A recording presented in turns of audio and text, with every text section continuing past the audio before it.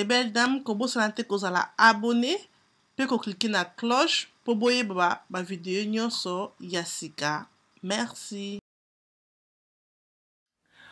Bonjour, on a vu nous sur Zolandanga Stéphanie Larose, Awana La Rocho. Bienvenue encore dans la chaîne Nanga La Rocho. Donc, nous avons vraiment essayé mingi ya comment on a vu nous les lots. Donc, nous avons ça ébélé beaucoup de la vidéo oyo. Comme vous voyez que vidéo oyo ezali ya masque.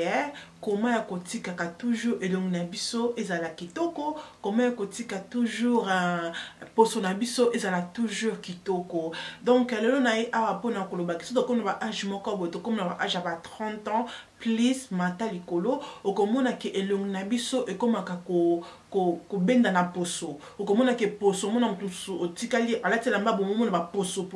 omona biso na sa elongi awa ba poso donc parce que omona ozolandela vraiment teke kosala ba masque na elongi na yo ozolandela vraiment teke kosala ba soin de visage na elongi na yo même atatu tozosala ba soin de visage mais mutu aka vraiment na problème omona ke albini ni tant mitala omona ke poso na ye eza makasi peut-être na 35 ans plus peut-être na 40 ans plus omona vraiment ke poso no eza sur na élastique te poso no comme ka kolemba lembe comme pete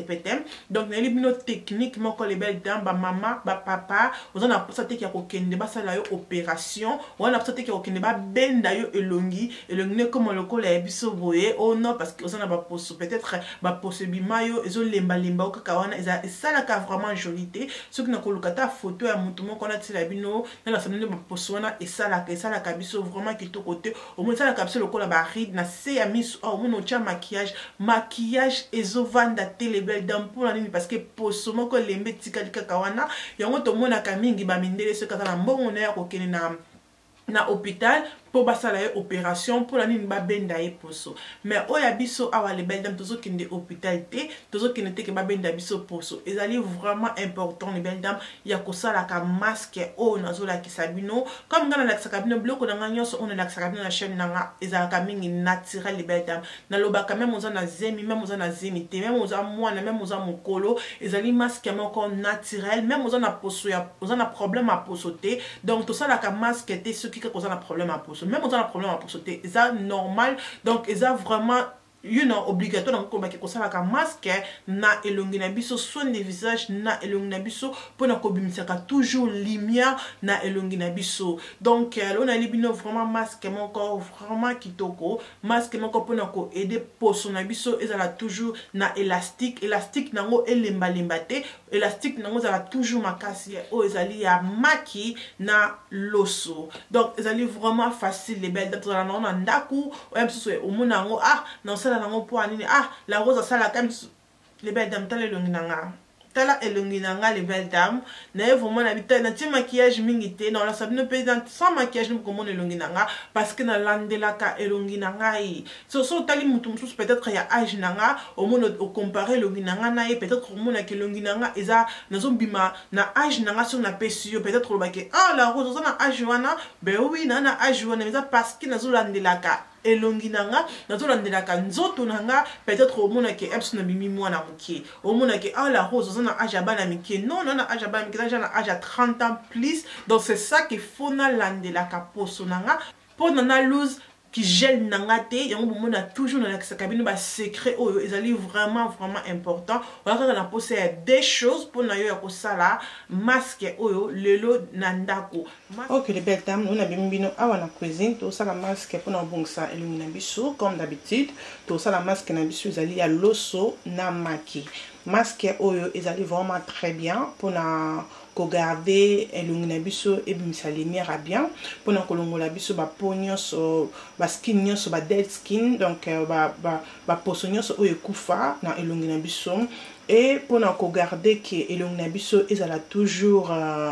makasi ya maki donc ko ça la maki na yo ya chocolat bien maki na yo ya pembe ezali na problème te donc na ça la maki mais na ça la mai o ya jaune na katité donc ko ça la kaka mai na ngai ya pembe po ya ngone mtu ekoserenga elongi makasi bobi ke maki ezala kana pona kopesa vitamine et daka biso pona kolongola ba skin nyonso ya kokufa na elongi na biso ezala pona kopesa pe lumière donc maki ezali vraiment très bien ne bozo mona wana et na kwa kosalela loso bozomona loso na ngai ya pembe loso normal nde bozomona loso na biso boye loso na ngai nde bozomona boye te donc ce kozali na loso oyo balamba et kozala mieux kosalela loso oyo ezali déjà comme na ba ke loso tolambi potolia na ko lakisa bino loso oyo nazoloba donc loso na nga oyo tolambaka déjà bozomona ke loso oyo eza déjà loso balambi donc loso balambi ezali facile pour ya kosalela donc de biloko oyo yango nde tokosala mpona masque na biso ezala kitoko nakozwa monete na nga oza mpe na mposa kozala na monete comme d'habitude donc nakozwa loso na nga oyo ezali déjà balamba nakotya yango awa na kati donc mai na biso ya pembe yango nde tokosangisa mbala moko na kati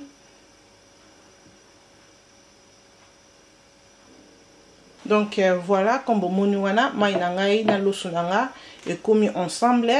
après cela nous toko kende poto mixer yango ensemble donc toujours que comme mixer yango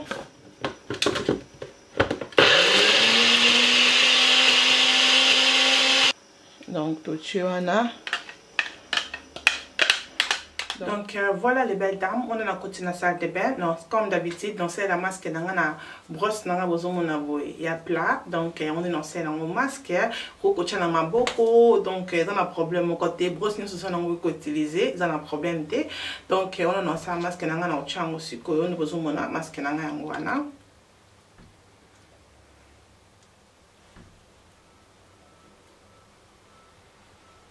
Comme d'habitude, il faut que la masque na biso na elongi o ezali ya propre, que la masque te na elongi o ezali ya salité, papa ko la masque na elongi ya propre. Donc nous posons les gens la outil salle de bain, elongi na ngai ezali propre.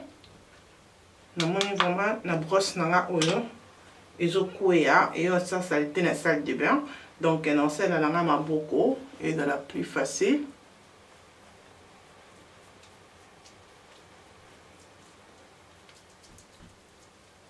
Et voilà les belles dames, donc on rentre dans la masque pour 15 à 20 minutes. Donc après cela on a ko sokola elungi ngai na mai ya moitié, donc ko sokola elungi te na mai malili, donc osangisi mai na yo ya moitié yango ne to ko sokola elungi na biso comme boyebi ke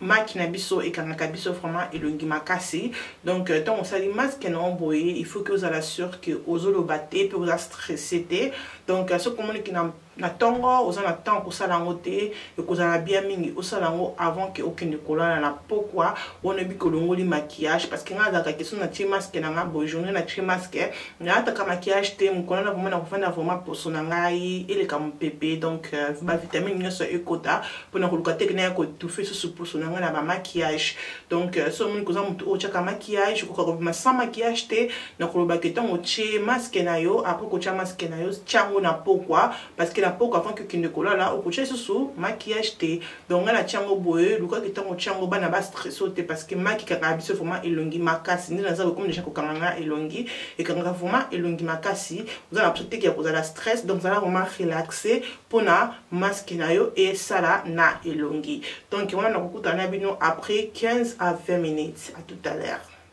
donc nangna la sabino après 30 minutes botala ndenge vraiment poso na ngai no quand même pas koloba bon ndenge poso na ngai vraiment ekauki donc après 30 minutes botala ndenge vraiment ekauki donc ezokangisa nga vraiment poso parce que on a observé que poso na biso ekangama donc on a observé que poso na biso la pete on est vraiment dekangisi nga poso bomoni donc regardez. Donc voilà les belles dames, on a sokoli elungi nanga, botala vraiment na pembeni po mona ndenge elungi nanga ebimi, bino mo bozo mona ndenge elungi nanga ekomi. Donc na pakoli na eloko te, mais bon mona ndenge elungi nanga ekomi vraiment propre. Bozo mona te ki ba na ba posa kokoya koya, bozo mona te ki na ba redri, donc bino mo bozo mona vraiment ndenge elungi nanga vraiment na yesu so peme po mona yango bien. Donc on a vraiment ebimisinga lumière donc masque aux alamuta mwindu chocolat caramel donc masque aux alamuta naturel et dans un problème té bison historique ko salela yango donc nous besoin on a vraiment poso na ngai ebimi c'est comme ça. Tant aussi ici que ce que les longi na yo, on a quoi kopakola mafuta na ngai ya elongi o ezali ya grasse potée. Donc nde so boko mona mais eza ya grasse potée ne bozo monana mafuta oyo eza mafuta ya elongi eza boye. Donc yango nde nakoya kotia na kozwa mingi te. Donc nous avons vraiment mafuta mingi te ne bomoni wana parce que ezaka rapona elongi et nakoya ko nazo finango na elongi nanga na pesa moi massage.